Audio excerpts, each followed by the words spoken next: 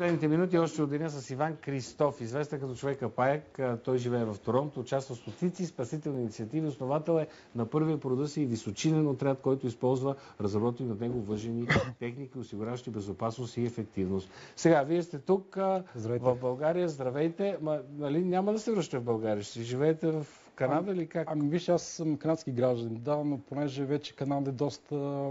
Студено. Не сме горе-долу на същото място, но там няма ниши, всичко достатъчно развито. Тоест аз създавах първи специализиран въздушно-височинен въжен отряд на супер високи сгради. Супер високи сгради е термина, който сгради, които са над 100 метра, защото в България ние нямаме такава. Да. Значи 230, 400, 500.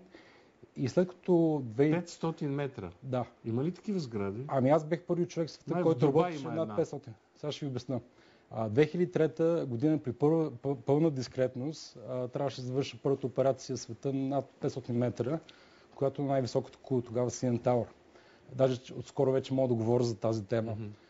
Тъй като 27 години, откакто построена кулата, значи 76-та година, никоя компания не е решавала проблема там. Тогава бяхме в България, също Канада, Америка, боговете на въжените операции. Но това беше при пълна дискретност.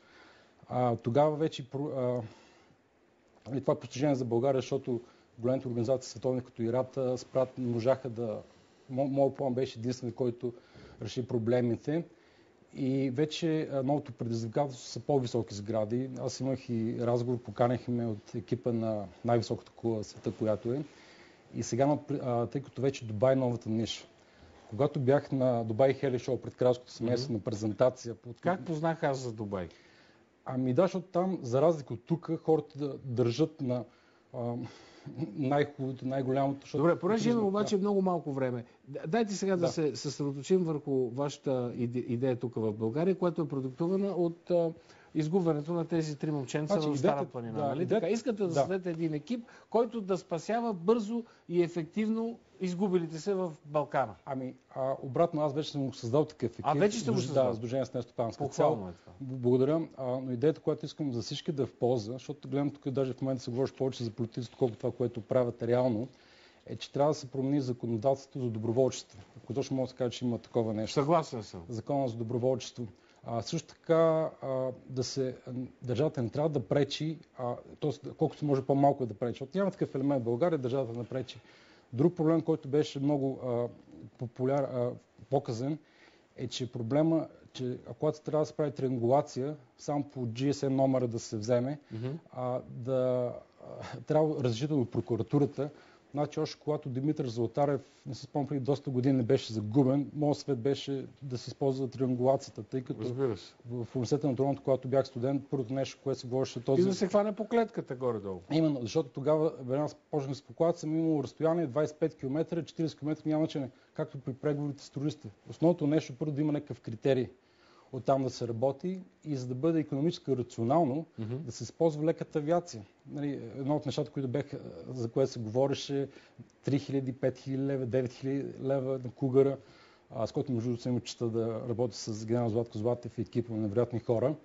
Но ако ползваме хора като от доброволци, например парапланаристи, парамотопланаристи, защото мотопланаризма... А в момента има парапланаристи много в България. И делтапланаристи, но най-вече ще се фокусираме не на многото, на добрите. Аз имам удоволствие да летя, даже хора в клуба, студенти ги качих на въздуха с приятели. Илян, ще спомена Илян от Разлог, Илия Вулканов от Разлог, Веско, Венко. Това са паро, които могат да помагат. Искам малко обаче да обобщим.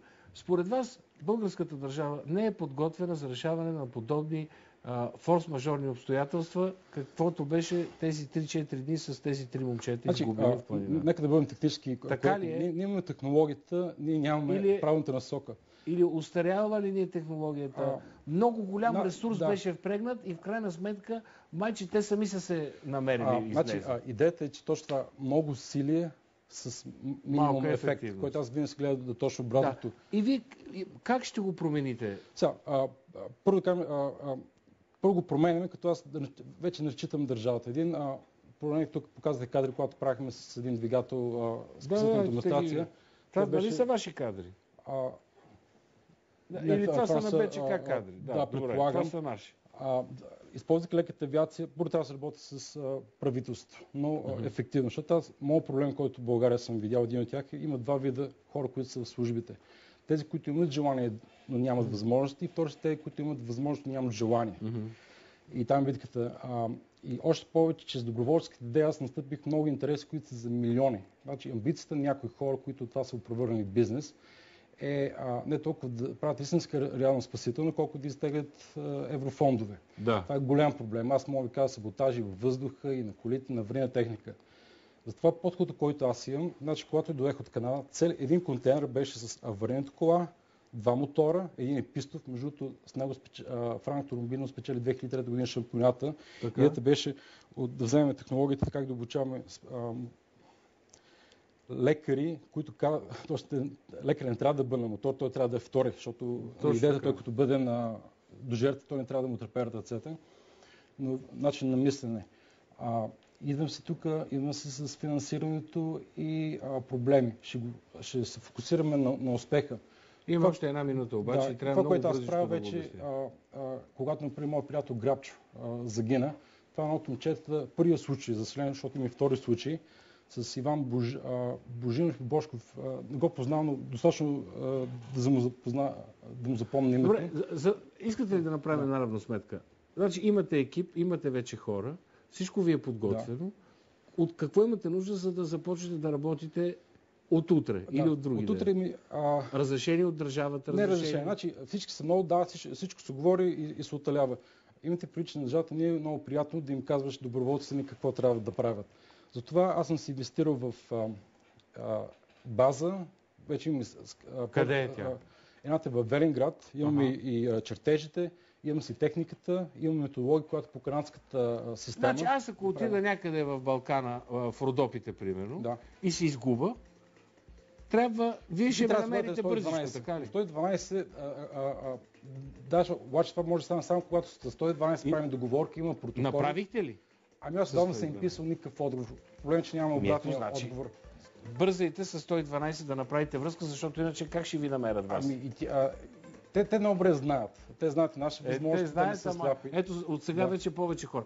Моят съвет е 112 задължително и пак ще ви поканим тук за по-дълго време да обясним точно на хората какво трябва да правят. Благодаря.